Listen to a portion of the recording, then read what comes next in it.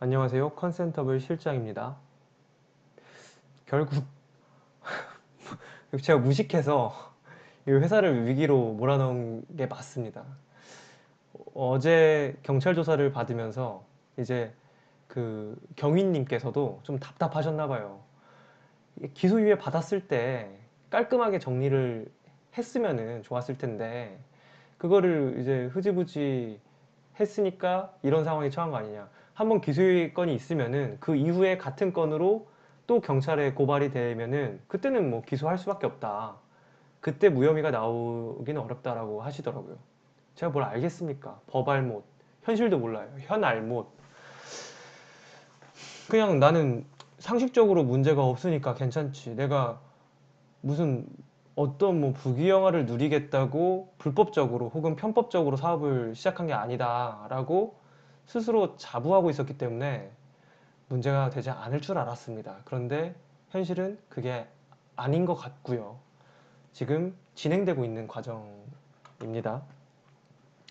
무식한 대표가 회사를 위기로 몰아넣고 있고요. 또 위기는 또 기회니까 이걸 어떻게든 기회로 살려보려고 노력해야 되는 것도 맞고요. 당장 망하지 않을 거니까 회원님들 걱정 안 하셔도 되고요. 음, 쭉 이어나가겠습니다. 그래서 이 지금 세 번째, 그러니까 완전 동일한 건으로 동일한 건 2호점, 5호점 무허가 독서실이니까 문 닫아라.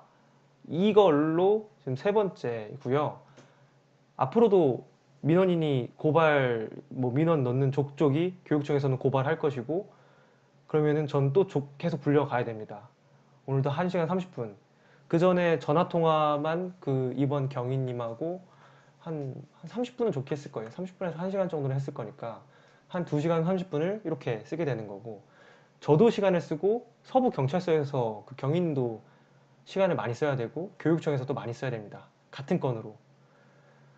좀 이상한 상황이에요. 아무튼 지금 그럼 왜 뭘 그렇게 잘못했고 지금 너는 뭘 그렇게 잘났다고 떠드는 거냐 이걸 제가 설명을 드리겠습니다. 우선 컨센터블 우리 입장 넌 왜 뭘 만들었어? 를 설명을 드리겠습니다. 제가 이거를 빼곡하게 좀 정리를 해서 차근차근 설명드릴 시간을 만들고 싶은데 그 전에 하나씩 이제 풀어나갈게요. 먼저 배경 이 주협력 1호점은 어떻게 만들었으며 2호점은 그럼 뭐고 그럼 왜 독서실이 아닌지 뭐 이런 걸 제가 설명을 드리겠습니다. 1호점 주협력은 2014년 10월에 제가 위탁 경영을 할 업체를 물색하다가 알게 된 독서실입니다. 독서실이에요. 1호점은. 비수기였고요. 월 300만 원 이상 적자를 보고 있는 업체였습니다. 그 당시에 제가 서울시 공유기업으로 인증받은 주식회사 공독이라는 회사를 운영하면서 지금도 공독은 여전히 제가 운영하고 있는 회사입니다. 그리고 컨센터블의 모회사이고요. 공유독서실 가맹점을 모집하는 엽서를 서울시뿐만 아니라 인근 뭐라고 할까요? 인근 도시들에도 보냈었습니다. 근데 그 모집 엽서를 보고 연락을 주셨던 거예요. 이 사장님께서. 1호점 당시 적자를 보고 있던 사장님께서. 그래서 와서 1호점의 상태를 보니 제가 부분 리모델링을 하면 충분히 살릴 수 있다라고 판단을 했었고 그래서 이제 설득을 열심히 해서 사장님과 계약을 했습니다. 이런 디테일한 거는 추후에 다른 뭐랄까 기회로 다시 설명을 드릴게요. 아무튼 그래서 리모델링을 했고요. 그 당시에 열람실 3개가 있던 공간, 현재의 그 비트윈 공간으로 쓰고 있는 우리 카페 공간 있잖아요. 어딘지 설명을 좀 드리겠습니다. 비트윈 공간, 지금 카페 1호점 이용하셨던 분들은 다 아실 건데 1호점 이용을 안 해보신 분들은 모르실 테니 간단하게 보여드리면서 풀어나갈게요. 이게 1호점에 들어가면은 요 공간.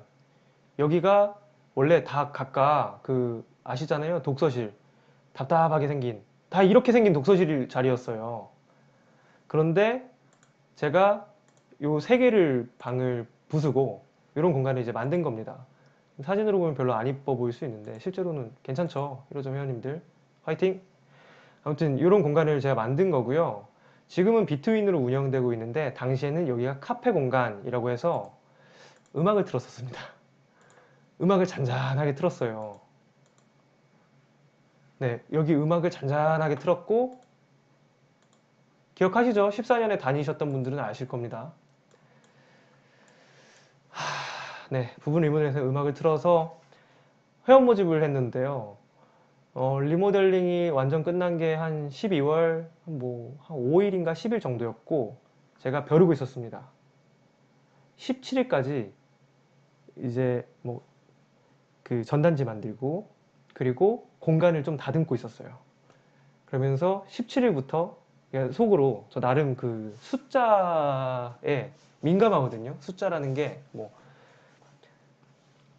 100이면 100, 뭐 1주면 1주, 2주면 2주, 한 달이면 한 달, 뭐 이렇게 끊어가는 걸 좋아해서 17일부터 2주 동안 최선을 다해서 몇 명을 내가 모을 수 있나 한번 해보자. 이런 생각이었습니다.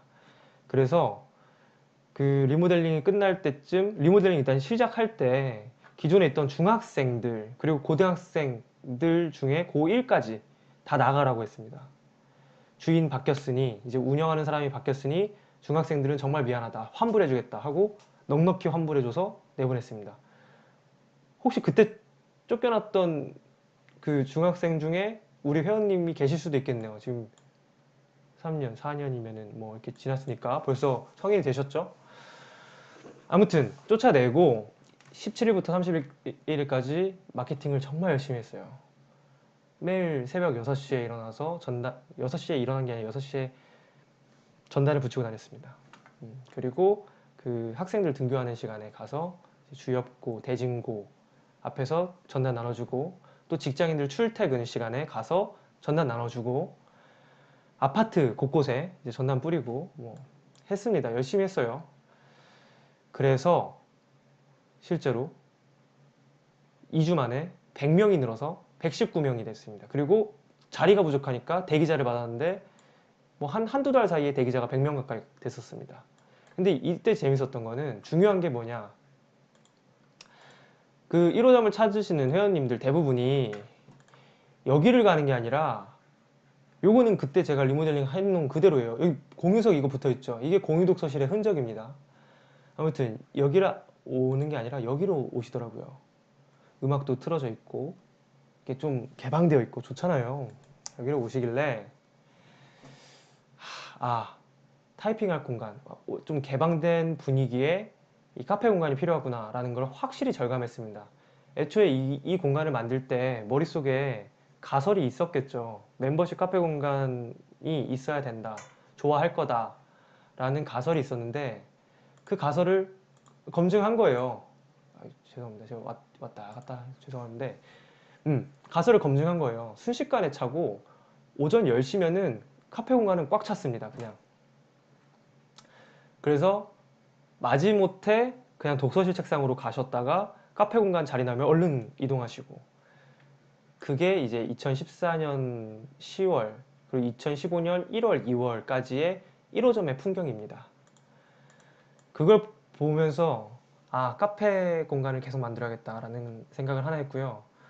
또 이 지점을 운영하면서 제가 겪었던 문제 하나는 타이핑을 실제로 이렇게 치는 분이 계시잖아요.